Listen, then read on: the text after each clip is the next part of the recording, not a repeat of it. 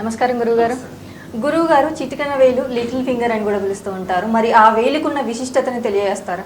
తప్పకుండా అండి. చిటికెన వేలు అన్నిటికన్నా చిన్నది ఉండాల్సిన అవసరం లేదు మనిషిలో.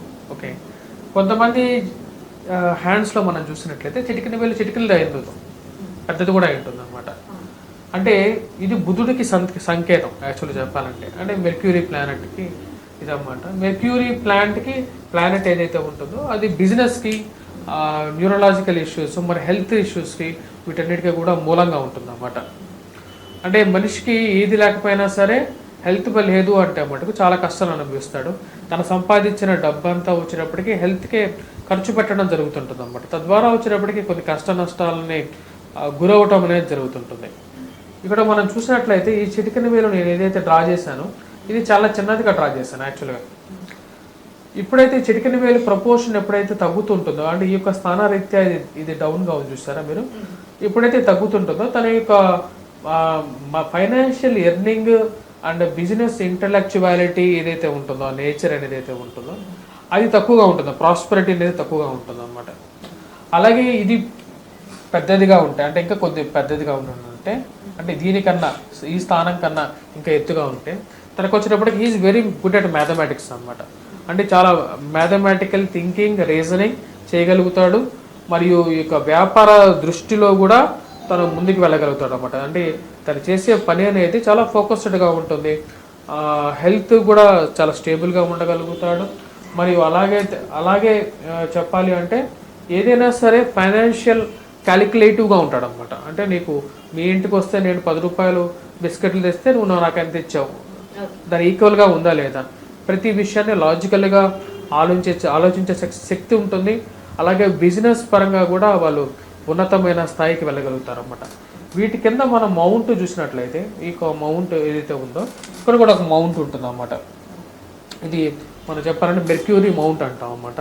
ఈ ఉచ్చ స్థానాల్లోకి ఎప్పుడైతే మెర్క్యూరీ మౌంట్ అనేది ఉచ్చ స్థానంలో ఉన్నట్లయితే తనకి వచ్చినప్పటికీ బిజినెస్లో సక్సెస్ అనేది ఉంది అనేది ఉంటుంది. అలాగే మ్యాథమెటికల్ క్యాలిక్యులేషన్ చేయగలుగుతాడు.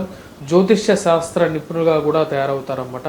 జాతకంలో ఈ యొక్క మ్యాథమెటికల్ ఇన్ఫ్లుయెన్స్ అనేది ఉంటుంది. దాంతోపాటు తన మీద ఈ యొక్క బుధుడి యొక్క ప్రభావం ఉన్నప్పుడు ఫైనాన్షియల్ ఎర్నింగ్ కూడా అలాగే ఉంటుంది అన్నమాట. అంటే డబ్బు కూడా ఆ విధంగానే సంపాదించగలుగుతారు.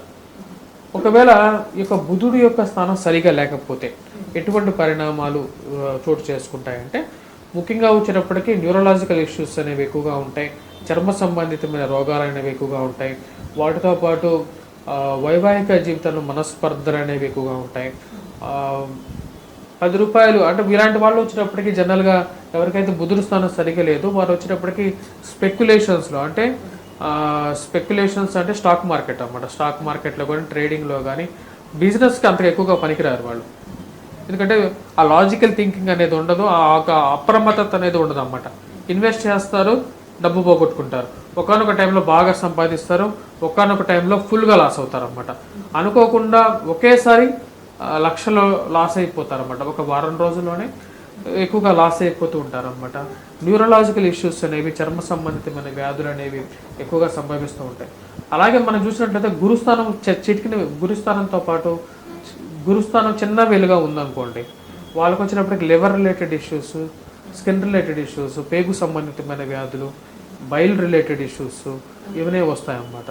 అలాగే శని యొక్క స్థానం సరిగా లేనప్పుడు మోకాళ్ళ నొప్పులు, కీళ్ళ నొప్పులు, వాతాలు ఇవనేవి ఎక్కువగా వస్తుంటాయి. చర్మ సంబంధితమైన వాటితో పాటు మానసిక చింత అనేది ఎక్కువగా ఉంటుంది అన్నమాట. అది వెంటాడుతూ ఉంటుంది. సక్సెస్ అనేది లేమి అనేది ఎక్కువగా ఉంటుంది. అలాగే రవిస్థానం అనేది చిన్నదిగా ఉందనుకోండి, వాళ్ళకి సరైన సక్సెస్ రాదు. సక్సెస్ లేమి అనేది ఎక్కువగా ఉంటుంది. పుత్ర సంతానం విషయాల్లో కొద్దిగా ఇష్యూస్ అనేవి ఉంటాయి. వాటితో పాటు శిరోబాధ అనేది, అంటే మైగ్రేన్ రిలేటెడ్ లాంటి ఒక బాధ అనేది ఎక్కువగా ప్రభావితం చేస్తూ ఉంటుంది. సోషల్ డిస్క్రిమినేషన్ గురవుతారు అన్నమాట. అంటే సమాజంలో 10 మంది ఫ్రెండ్స్ ఉన్నా సరే 10 మంది ఫ్రెండ్స్ బాగానే తిరుగుతుంటారు, కానీ వీటిని మటుకు కలుపుకోరు అన్నమాట. అది ఎందుకంటే వీళ్ళు వేరే వాళ్ళతో కలవలేరు, వాళ్ళు వీళ్ళు కలుపుకోరు. అలాంటి పరిస్థితి కూడా ఉంటుంది. చెడ్డ పేరు కూడా వస్తుంది అన్నమాట. అలాగే గురుగారు, ఇప్పుడు బుధుని వేలు గురించి చెప్తున్నారు, బుధ గ్రహం గురించి చెప్తున్నారు. మరి బుధుడు ఏ స్థానంలో ఉంటే మంచి జరుగుతుందంటారు?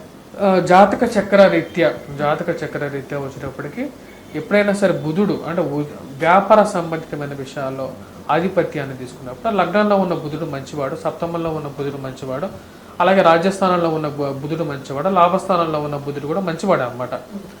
అలాగే వీటితో పాటు తృతీయంలో ఉన్న బుధుడు, షష్టమంలో ఉన్న బుధుడు కూడా మంచివాడు, యోగకారకుడు అన్నమాట. ఈ యొక్క పొజిషన్స్లో ఎప్పుడైతే బుధుడు మంచి స్థానంలో ఉంటాడో అక్కడ ఉచ్చ స్థానంలో అన్నమాట. ఉచ్చ స్థానంలో ఎప్పుడైతే బుధుడు ఉంటాడో కన్యా రాశిలో కానీ లేకుండా ఉంటే మిథునంలో కానీ ఉండుంటే చాలా యోగ్యాన్ని ఇస్తాడు అన్నమాట. బిజినెస్లో వాళ్ళు ఎక్కువగా ఈ యొక్క ఎలాంటివంటే వడ్డీ సంబంధించిన బిజినెస్ ఏదైతే ఉంటుందో వాటిలో ఇన్వెస్ట్మెంట్ చేయడానికి ఎప్పుడు వాళ్ళ ఆలోచన అనేది డబ్బు గురించి ఎక్కువ ఆలోచిస్తూ ఉంటూ ఉంటారు అన్నమాట. రూపాయి పెడితే 10 రూపాయలు వస్తుందా లేదని ఆలోచిస్తుంటారు. అంటే ఈ మధ్యకాలంలో ధనవంతులు చాలా మంది ఉన్నారు, వారికి బుధగ్రహం వల్లనే మంచి జరిగింది అనేసి అంటారు. అలా ఏం కాదు, యాక్చువల్గా బుధుడు కూడా వారి జాతకంలో బాగానే ఉంటారు. గురువు అనేది చాలా ముఖ్యం అన్నమాట.